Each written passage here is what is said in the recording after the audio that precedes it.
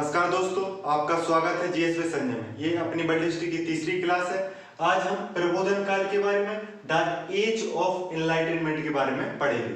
पुनर्जागरण के बाद क्या है? प्रबोधन काल। आपको यह याद रखना है कि जो पुनर्जागरण था, जो पुनर्जागरण की अपन ने बात की थी, वो उसका सैद्धांतिक रूप था। उसमें क्या थे?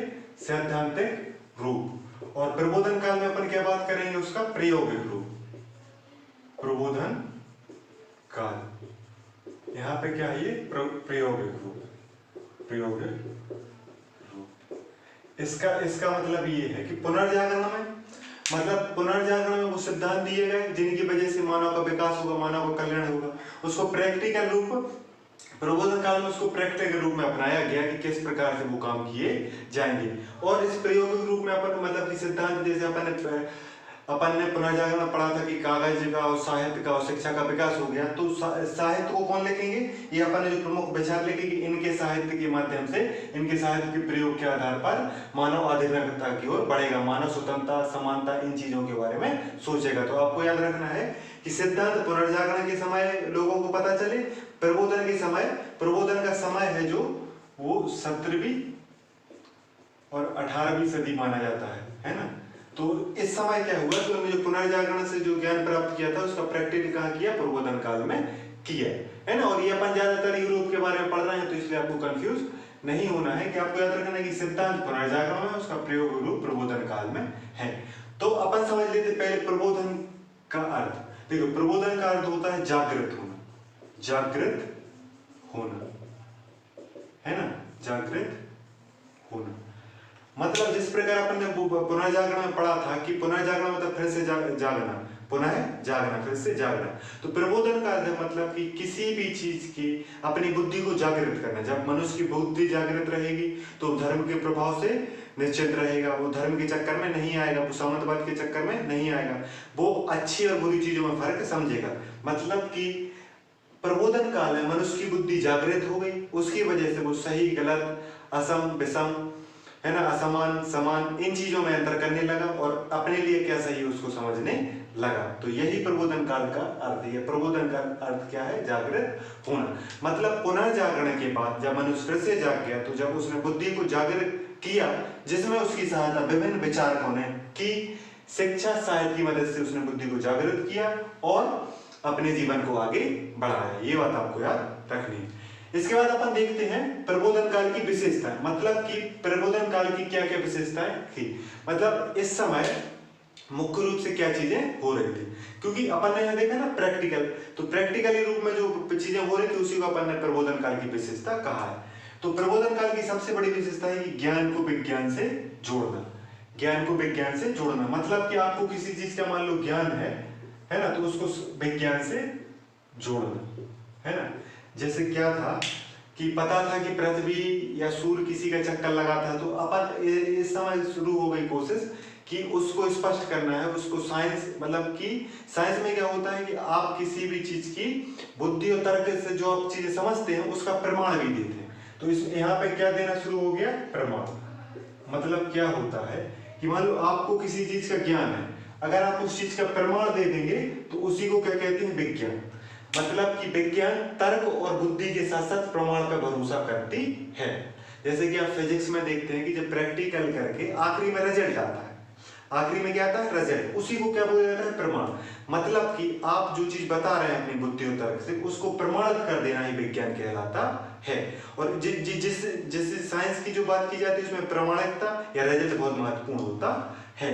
तो ज्ञान को विज्ञान से जोड़ना प्रबोधन काल की सबसे बड़ी विशेषता। उसके बाद दूसरी विशेषता है प्रयोग और परीक्षण पर बल देना। मतलब कि जो जागृत बुद्धि के लोग थे, प्रबोधन काल के जो लोग थे और जो आधुनिक वैसे के लोग थे, वो प्रयोग भी कर रहे थे और परीक्षण भी कर रहे थे। मतलब क्या था कि धर्म में क्या होता था, पहले जब मध्यकाल था तो धर्म में क्या होता है कि प्रयोग और परीक्षण की मनाही होती है कि आप कोई भी चीज का प्रयोग और परीक्षण नहीं कर सकते, क्योंकि धर्म प्रयोग और परीक्षण नहीं कर सकते, क्योंकि धर्म में धर्म आपसे बोलता है, ना प्रयोग करो ना परीक्षण करो। बस जो चर्च के लोग बोल रहे हैं, जो मंदिर के लोग बोल रहे हैं, जो मस्जिद के लोग बोल रहे हैं, जो गुरुद्वारे के लोग वो बातें बोल रहे हैं जो आप स्वीकार नहीं कर सकते, जिनका परीक्षण नहीं कर सकते, उन्हें मानने पर विवश करता है। यहाँ पर किसी धर्म की बुराई नहीं कर रहे, यहाँ पर बताने की कोशिश कर रहे हैं कि धर्म प्रयोग और परीक्षण पर बल ना देके सिर्फ वो क्या कहता है कि आप इसको सिर्फ मानते रहें, उसके कारण पे ना जाए, उसकी आगे और पीछे का पता ना करें, सिर्फ उसको मानते रहें। लेकिन जो प्रबोधन काल था उसमें प्रयोग पर भी बल दिया जा रहा था और परीक्षण पर भी बल दिया जा रहा था। प्रयोग और परीक्षण पर बल देना ही मतलब कि साइंस के प्रति रुझान को दिखाता है। जब विज्ञान पर आधारित दुनिया होगी तो बौद्धिक क्या होगी, प्रमाणित होगी। इसलिए प्रबोधन के काल के बाद मनुष्य ने आधुनिकता को प्राप्त किया और वर्तमान विश्व में अपन पहुंच पाए। इसके बाद तीसरे नंबर पर कार्य और कारण का संबंध की बात की गई। मतलब प्रबोधन काल में मतलब कोई कार्य हो रहा है, उसके पीछे कारण है, उसके संबंधों की व्याख्या की गई। मतलब कि अगर अपन अपना शरीर गुरुत्वाकर्षण पृथ्वी पे है, अपन गुरुत्वाकर्षण की वजह से चल पा रहे हैं, गुरुत्वाकर्षण की वजह से अपन इस तरह खड़े हो पाते हैं, तो कोई कार्य है चलना, उसका कारण क्या है, गुरुत्वाकर्षण की वजह से अपन स्थिर हैं। तो मतलब किसी कार्य के कारण के संबंधों की व्याख्या की जाने लगी। जबकि धर्म में क्या होता है, अंधविश्वास में क्या होता है कि आपको बोल दिया आप ऐसा करेंगे तो ऐसा हो जाएगा, ऐसा करेंगे, उसके कारण नहीं बताया जाता, किसी कार्य को करने का कारण नहीं बताया। मतलब पशु बलि देके, अब धर्म में या पहले अंधविश्वास में प्राचीन काल में बोला जाता है कि आप बलि दो आपका भला हो जाएगा। मतलब किसी पशु को मारने से आपका भला कैसा हो सकता है। लेकिन साइंस कहता है कि अगर आप धूप में धातु के साथ कोई चीज लगाएंगे तो आप उस कारण को बताता है कि उससे आप सौर ऊर्जा उत्पन्न कर सकते हैं। मतलब आपका कार्य ऊर्जा को उत्पन्न करना, तो उसमें कारण विज्ञान लगा के वो बताते हैं कि इससे सौर ऊर्जा प्राप्त की जा सकती है। मान लो आपका कार्य पानी गर्म करना है तो आप उसमें धूप में रख सकते हैं, उसको मतलब कि गैस पर रख सकते हैं। तो मतलब उसमें कारण क्या है, उसमें ताप लग रहा है। मतलब कि पानी के गर्म होने का कारण क्या है, उसमें जो तापन प्राप्त हो रहा है उसको चाहे विद्युत से दे लो चाहे आप गैस से दे लो। तो इन सारी चीजों की व्याख्या प्रबोधन काल के बाद की जाने लगी।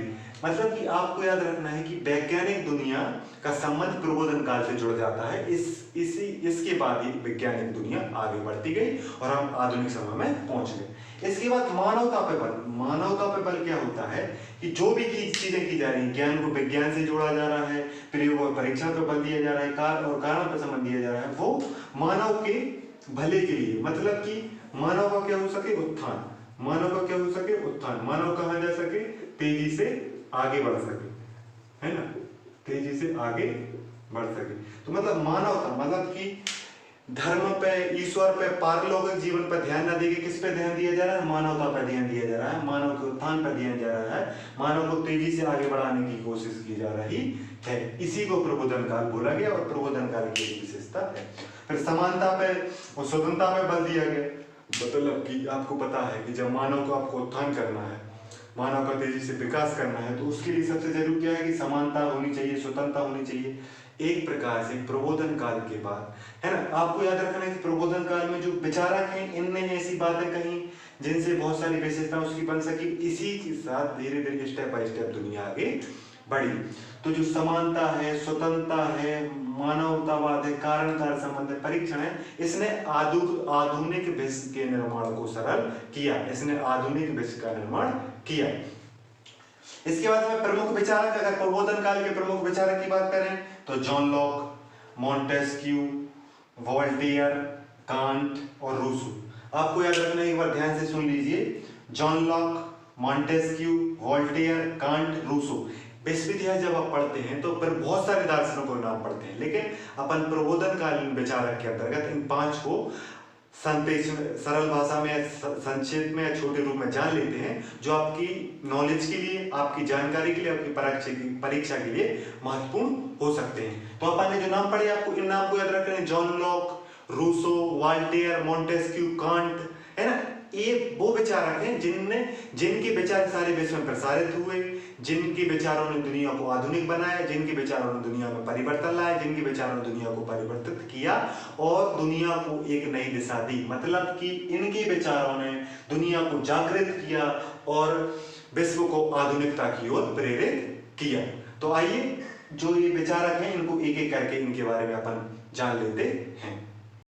आइए हम जॉन लॉक के बारे में देखते हैं। जॉन लॉक, आपको याद रखना है कि जॉन लॉक का समय 1632 से लेके 1704 तक है, मतलब 1632 में इनका जन्म हुआ, मृत्यु 1704 में। तो इनका संबंध ये अंग्रेज है, मतलब इनका संबंध कहाँ से है?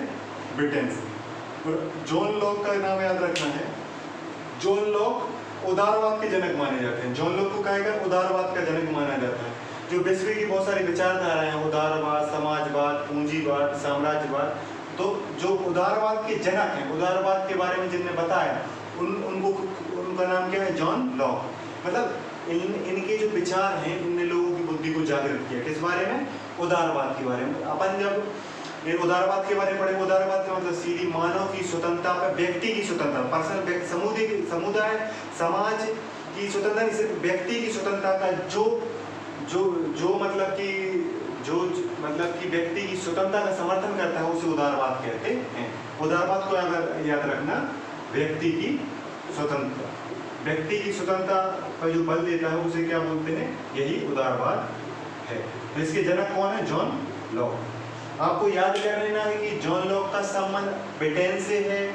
उनने उदारवाद के जनक बोला जाता है। ये कई परीक्षा में पूछा जाए, आप जब लिखेंगे उदारवाद के बारे में तो जॉन लॉक के बारे में आपको जानना। तो जॉन लॉक हैं जो, उनका संबंध ब्रिटेन से, और उन्हें उदारवाद का जनक बोला जाता है।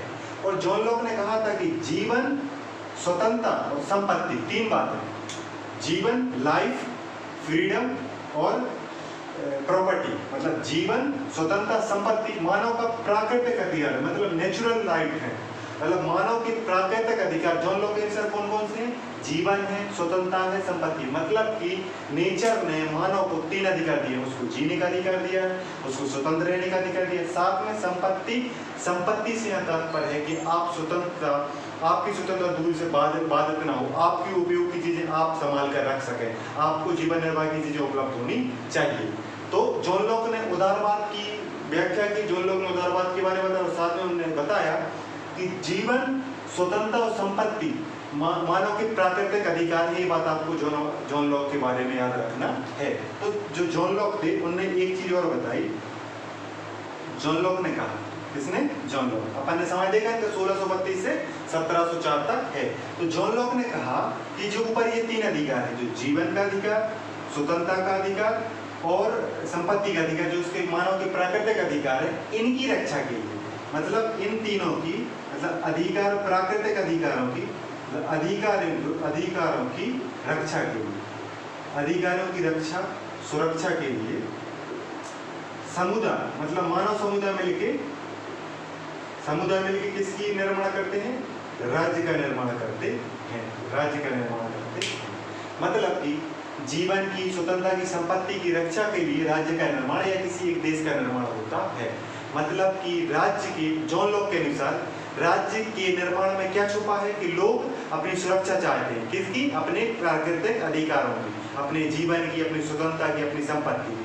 आपने देखा होगा मौलिक अधिकार में आपको जीवन का अधिकार भी सुरक्षित किया गया, स्वतंत्रता के भी, साथ में संपत्ति का अधिकार भी सुरक्षित किया गया था। बहुत से विभिन्न देशों में, वैसे के विभिन्न देशों में संपत्ति का अधिकार मूल अधिकार है, भारत में पहले था, उसको बदल दिया गया है। तो मतलब जॉन लॉक ने जो विचार लगभग 17वीं 18वीं सदी के आसपास दिए, तो वर्तमान में लोकतंत्र के शासन में अभी भी लागू हो रहे हैं। और आपको याद है, जीवन, स्वतंत्रता, संपत्ति ये प्राकृतिक अधिकार है, जॉन लॉक ने कहा था, जो उनकी बात स्पष्टता और साफ, मतलब संपूर्ण रूप से सही अपन मान सकते हैं। इसीलिए इन देखो, जो विचारक होते हैं, जो दार्शनिक होते हैं, उनके विचार पढ़ना या जानना इसलिए महत्वपूर्ण हो जाता है कि उन्होंने लगभग आज से 300 साल पहले एक बात कही कि जीवन, स्वतंत्रता और संपत्ति मानव का प्राकृतिक अधिकार है, जिसके लिए लड़ाई कर रहे हैं। जो महिलाएं इस अधिकारों की बात कर रही हैं, उनको क्या चाहिए? स्वतंत्रता चाहिए। उनके खिलाफ जो हिंसा हो रही है वो जीवन के अधिकार पर चोट है, इसलिए वो मांग कर रही है कि उनको स्वतंत्रता मिलनी चाहिए, महिला सशक्तिकरण होना चाहिए। जो दलित मांग कर रहे हैं, उनके जीवन की स्वतंत्रता और संपत्ति पाने की, क्योंकि इन्हीं जो मानव अधिकार प्राप्त करने की बात की जा रही है, वो जॉन लॉक ने पहले ही बता दिया था कि तीन अधिकार, जीवन, स्वतंत्रता, संपत्ति मानव के प्राकृतिक अधिकार है। इसलिए आपको इन दार्शनिकों के बारे में, इन विचारों के बारे में जानना जरूरी है। और जॉन लॉक ने कहा कि इन अधिकारों की रक्षा के लिए मानव समुदाय मिलकर राज्य का निर्माण करता है।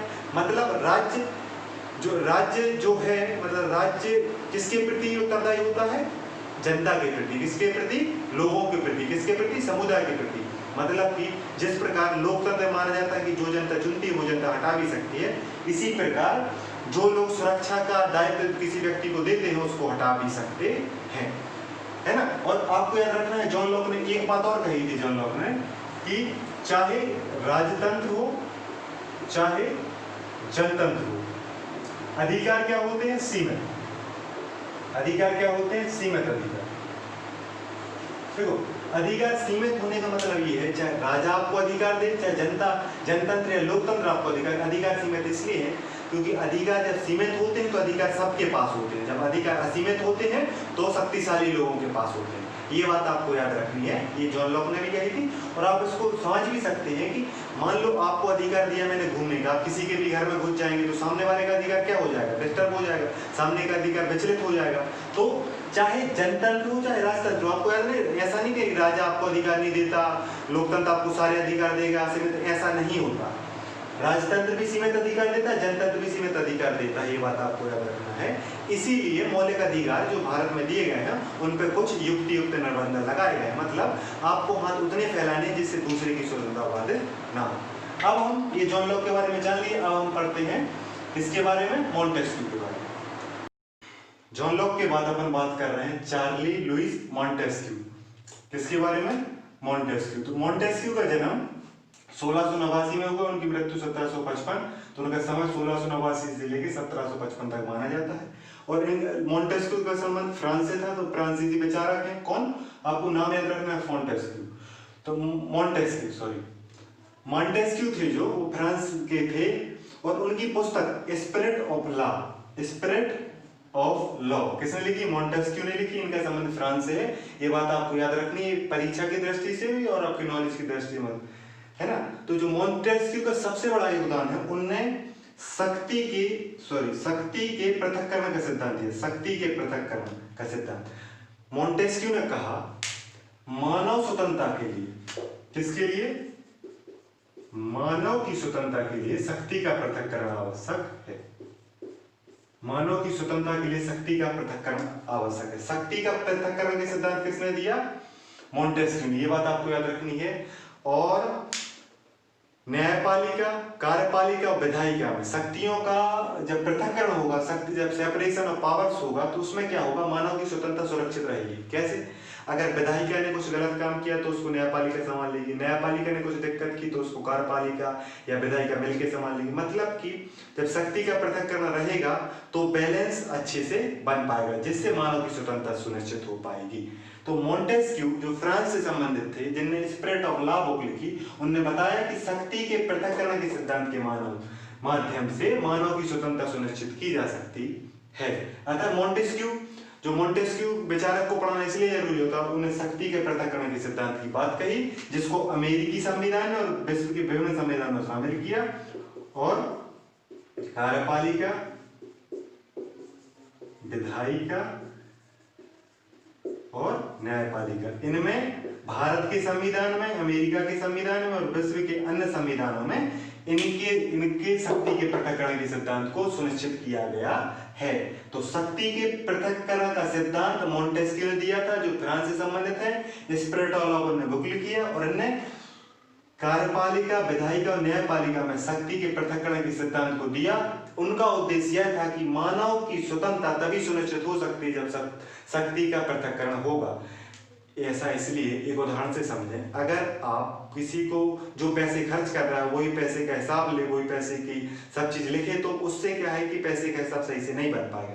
लेकिन शक्ति का पृथक्करण है, खर्च करने वाला कोई और, उसकी जांच करने वाला कोई और, उसका रिकॉर्ड करने वाला कोई और, तो सब अपनी अपनी चीजों को जो सम्मिलित रूप से प्रस्तुत करेंगे तो सही अर्थों में पैसे का हिसाब आ पाएगा। इसी प्रकार जब मानव की स्वतंत्रता सुनिश्चित करना है तो कार्यपालिका, न्यायपालिका, विधायिका जब मिलकर अलग अलग काम करेंगे और कोई भी गलत काम करने की दिशा में बढ़ेगा तो बाकी दो उसको सही रास्ते पर लाने की कोशिश करेंगे। यही शक्ति का पृथक्करण का सिद्धांत है।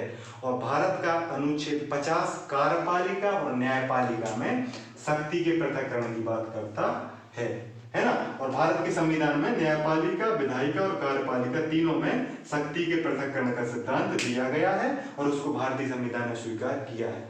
अतः प्रबोधनकालीन विचारक मॉन्टेस्क्यू की सबसे बड़ी उपलब्धि क्या है कि उन्होंने शक्ति के पृथक्करण का सिद्धांत मानव की स्वतंत्रता के लिए प्रचारित किया, उसका मतलब कि उत्पन्न किया और वर्तमान में लोकतंत्र में और विभिन्न संवैधानिक देशों में इस शक्ति के पृथक सिद्धांत को बहुत अच्छे तरीके से अपनाया गया है। उसका बहुत अच्छे से मानव की स्वतंत्रता, मानव को अधिकार देने में उपयोग किया जा रहा है। यही विश्व इतिहास को जानने की इन्हीं सब चीजों, इन्हीं सब सिद्धांतों, इन्हीं सब कारणों से विश्व इतिहास को पढ़ना जरूरी है और विचारकों के विचार को समझना जरूरी है। अब हम अपन तीसरे विचारक के बारे में जानते हैं, वो वोल्टेयर है। तो वोल्टेयर का संबंध भी फ्रांस से है। इनका समय 1694 से लेकर 1778 तक माना जाता है। तो वोल्टेयर ने कहा कि बौद्धिक स्वतंत्रता का समर्थन किया, मतलब कि बौद्धिक स्वतंत्रता का मतलब वोल्टेयर जो है वो बुद्धि की स्वतंत्रता, मतलब मानव के चिंतन, मानव के विवेक को स्वतंत्र रूप से सोचने का समर्थन करते हैं। वो ये कहते हैं जिसमें बुद्धि उसका सम्मान होना चाहिए, ना कि राजाओं का सम्मान होना चाहिए। तो जो वोल्टेयर हैं वो बौद्धिक स्वतंत्रता का समर्थन करते हैं। और वोल्टेयर ने जब अपने विचार रखे तो उनने अपने विचारों में चर्च और राज्य के भ्रष्टाचार की निंदा की। उनने कहा कि जो राज्य के द्वारा, जो चर्च के द्वारा जो भ्रष्टाचार किया जाता है वो बुरी बात है। इससे मानव की स्वतंत्रता, मानव की बुद्धि, मानव के विवेक पर बुरा असर पड़ता है। क्योंकि जब भ्रष्टाचार किया जाता है तो किसी की बुद्धि और किसी के ज्ञान का प्रयोग नहीं किया जाएगा। जो राज्य कह रहा है, जो चर्च कह रहा है वही सही माना जाएगा। मतलब बौद्धिक व्यक्ति अगर सही बात भी कर रहा है लेकिन अगर उस भ्रष्टाचार के द्वारा चर्च और राज्य उसको नकार दे तो बुद्धि की कोई वैल्यू नहीं रह जाएगी। जबकि वोल्टेयर किसका सम्मान कर रहे थे? बौद्धिक स्वतंत्रता का समर्थन कर रहे थे। तो वोल्टेयर ने चर्च और राज्य के भ्रष्टाचार की निंदा की, साथ में इन युद्ध का विरोध किया। इनने साथ में युद्ध का विरोध किया क्योंकि इनने युद्ध का विरोध इसलिए किया क्योंकि इनके अनुसार युद्ध लड़ना मूर्खों का काम है। किसका काम है? मूर्खों का काम है। और युद्ध में होता क्या है कि युद्ध घोषित कोई करता है, युद्ध होता किसी कारण से, मारे लोग जाते हैं। मतलब कि इसने इसीलिए युद्ध की निंदा की। क्योंकि जो बुद्धि लगाता है वो युद्ध नहीं करता, जो बुद्धि लगाता है वो युद्ध करना नहीं चाहता, लेकिन जो बुद्धि नहीं लगाते वो युद्ध करवा देते हैं और उसमें बहुत सारे लोगों की मृत्यु हो जाती है। इसलिए वोल्टेयर ने भ्रष्टाचार की निंदा की और युद्ध का घोर विरोध किया। साथ में उसने बुद्धि के सम्मान की बात कही। उसने किसके सम्मान की बात कही? मतलब कि फ्रांसीसी विचारक जो वोल्टेयर था उसने बुद्धि के सम्मान की बात कही। जो वोल्टेयर साहब थे, वोल्टेयर साहब जिनका समय 1694 से लेकर 1778 तक माना जाता है, तो वोल्टेयर साहब कहते थे कि वो न्यूटन का सम्मान करते हैं, वो न्यूटन का सम्मान करते हैं लेकिन किसी राजा का सम्मान नहीं करते। तो वोल्टेयर इसके आधार पर अपनी बुद्धि के माध्यम से तर्क देते हैं कि जो व्यक्ति अपनी बुद्धि से हमारे मस्तिष्क पर प्रभाव छोड़ता है उसका सम्मान होना चाहिए, ना कि जो हिंसा के माध्यम से अपना प्रभाव जमाने की कोशिश करता है। मतलब कि जो व्यक्ति अपने काम से, जो व्यक्ति अपने बुद्धि से आप पे प्रभाव छोड़ता है, क्योंकि न्यूटन ने विज्ञान के लिए जो काम किया उससे आपका भला हो सका तो उन्हें आपके दिमाग पर इम्पैक्ट डाला। लेकिन जो राजा होते हैं, जो क्रूर शासक होते हैं, जो तानाशाह होते हैं, वो हिंसा के, वो शक्ति के बल पे आपको प्रभावित करते हैं और अपने अंडर में रखते हैं। तो ऐसे लोगों का सम्मान नहीं होना चाहिए। किसका सम्मान होना चाहिए? बुद्धि के बल पर आपके मस्तिष्क को, या मानव के मस्तिष्क को जो बुद्धि के बल पर, अपने काम के बल पर प्रभावित करते हैं, उनका सम्मान होना चाहिए। मतलब कि वोल्टेयर बौद्धिक स्वतंत्रता के बहुत बड़े समर्थक थे। देखो वोल्टेयर के विचारों से क्या हुआ कि जो लोग कुछ अच्छा सोच रहे हैं, जो लोग कुछ नया करना चाह रहे हैं, उनका सम्मान हो, उनको सहायता प्रदान की जाए। क्योंकि आपको पता है जब आप वैज्ञानिक काम करते हैं तो उसमें प्रोत्साहन की, समर्थन की जरूरत होती है, क्योंकि प्रयोग बार बार फेल होते हैं। उसमें जब सहायता और समर्थन दिया जाएगा तभी जाके लगभग 10, 20, 50 सालों में कोई प्रयोग सफल हो पाता है, तभी उससे मानव सभ्यता को बहुत ज्यादा लाभ मिलता है। चाहे आप वो लाइट के आविष्कार में देख लें, चाहे वो हवाई जहाज के आविष्कार में, ट्रेन के आविष्कार में, इंटरनेट के आविष्कार में, इनमें बहुत समय लगा। लेकिन किसका? जब बौद्धिक स्वतंत्रता प्राप्त हुई तभी मानव बड़े बड़े कार्यों को कर पाया। तो इसलिए वोल्टेयर साहब की भूमिका, या वोल्टेयर की भूमिका बढ़ जाती है कि उनने बौद्धिक स्वतंत्रता का समर्थन किया और बुद्धि को सम्मान देने की कोशिश की, जिससे मानव स्वतंत्रता बढ़ सका, मानव अच्छे से बुद्धि के द्वारा काम कर सका। अब अपन इमानुएल कांट के बारे में पढ़ेंगे। नंबर पे है इमानुएल कांट। तो इमानुएल कांट का संबंध जर्मन से है, मतलब जर्मनी से है। तो ये जर्मन विचारक थे। कौन? कांट कौन से विचारक थे? जर्मन विचारक थे। और इनका जन्म 1724 में हुआ, इनकी मृत्यु 1804 में हुई। तो कांट का जो समय काल है वो 1724 से 1804 तक है। और कांट ने जो बात कही, उन्होंने भौतिकवाद का विरोध किया। भौतिकवाद का विरोध मतलब अच्छे दिखना, अच्छे से रहना वो जरूरी नहीं है। मानव को उनके हिसाब से सबसे जरूरी क्या है? नैतिक उत्थान, नैतिकता या नैतिक उत्थान। मतलब कि कांट के अनुसार जब समाज तभी अच्छा होगा जब व्यक्ति नैतिक रूप से अच्छा होगा। जब व्यक्ति का नैतिक उत्थान किया जाएगा तभी समाज अच्छा हो पाएगा। इसीलिए उन्होंने भौतिकतावाद का विरोध किया, क्योंकि भौतिकतावाद व्यक्ति की नैतिकता को प्रभावित करता है, एक प्रकार से नैतिकता उसकी छीन लेता है ना। इसीलिए भौतिकतावाद का विरोध कांट ने किया, क्योंकि जब व्यक्ति नैतिक और नैतिक उत्थान को प्राप्त करेगा, नैतिकता को प्राप्त और नैतिक उत्थान को प्राप्त करेगा, तभी समाज अच्छा बन पाएगा। तो कांट ने किसका विरोध किया? भौतिकतावाद का विरोध किया। साथ में कांट के अनुसार उन्होंने संप्रभु किसको माना? जनता को। कांट क्या कहते थे कि संप्रभु कौन है? जनता। जनता क्या है? जनता क्या है? संप्रभु। आपको याद रखना है, जनता है संप्रभु। तो जब जनता संप्रभु रहेगी तो कानून किसके अनुसार बनेंगे? जनता के अनुसार। अधिकार किसको दिए जाएंगे? जनता, है ना। चुनाव कौन करेगी? जनता, है ना। तो मतलब कि कांट के अनुसार जनता में संप्रभुता होनी चाहिए। तो जब जनता में संप्रभुता होगी, जनता क्या होगी? संप्रभु होगी। तो वो उसके अनुसार जनता के लिए कानून बनाए जाएंगे, जनता को अधिकार दिए जाएंगे, जनता को चुनने का ऑप्शन होगा। क्या होगा? जब चुनने का ऑप्शन होगा तो जो लोग शासन करेंगे वो जनता के अधिकारों के लिए, जनता के कानून के लिए, जनता की स्वतंत्रता के लिए, जनता के हित के लिए काम करेंगे। इसीलिए कांट साहब ने जनता की संप्रभुता को स्वीकार किया और उस पर जनता की संप्रभुता पर बल दिया, जो वर्तमान में संवैधानिक शासन में, लोकतांत्रिक शासन में भी जब कांट ने कहा था तब से अब तक और आगे चल तक ये बात महत्वपूर्ण है। इसीलिए अपन विचार, जो विचारक होते हैं, जो दार्शनिक होते हैं, उनके विचार प्रभावित करते हैं। इस जब कोई विचार, क्योंकि आपको याद रखना है कि ये वो विचारक हैं जिनसे महात्मा गांधी प्रभावित थे, अंबेडकर प्रभावित थे, राजा राममोहन राय प्रभावित थे। मतलब कि जब भारतीय स्वतंत्रता स्वाधीनता आंदोलन चला तो उस मतलब कि इन विचारकों के विचारों को पढ़ के भारत के लोग प्रभावित हुए और उनने अंग्रेजों का, ब्रिटिश सरकार का विरोध किया। इसलिए दार्शनिक और विचारक महत्वपूर्ण हो जाते हैं। और कांट साहब ने एक बात और कही कि सरकार के अंगों का हो जाना चाहिए विभाजन। जिस प्रकार अपन ने भी पढ़ा मॉन्टेस्क्यू ने शक्ति का पृथक्करण कहा, उसी को इन्होंने अलग प्रकार से कहा कि सरकार के अंगों में विभाजन होना चाहिए। मतलब कि कांट और मॉन्टेस्क्यू एक जगह पे दोनों लोग एक ही बात कर रहे हैं। कौन सी बात कर रहे हैं? वो ये बात कर रहे हैं कि शक्ति का पृथक्करण या सरकार के अंगों में विभाजन होना चाहिए। आपको बता दें कि सरकार के अंगों में विभाजन है, शक्ति का पृथक्करण संतुलन को बढ़ावा देता है। किसको संतुलन को बढ़ावा देता है? जैसे अपन भारत के संबंध में समझे, अगर कार्यपालिका या विधायिका कोई ऐसा कानून बनाएगी जिससे जनता का हित क्या हो? कमजोर हो, जनता के हित नीचे जाए, जनता के हित का विरोध किया जाए, तो न्यायपालिका उसको क्या कर देगी? संतुलित कर देगी। तो जब शक्ति का पृथक्करण रहेगा तो बैलेंस बना दिया जाता है। सरकार के अंगों में विभाजन होगा तो एक गलत करेगा तो दूसरा संभाल लेगा, दूसरा गलत करेगा तो एक संभाल लेगा।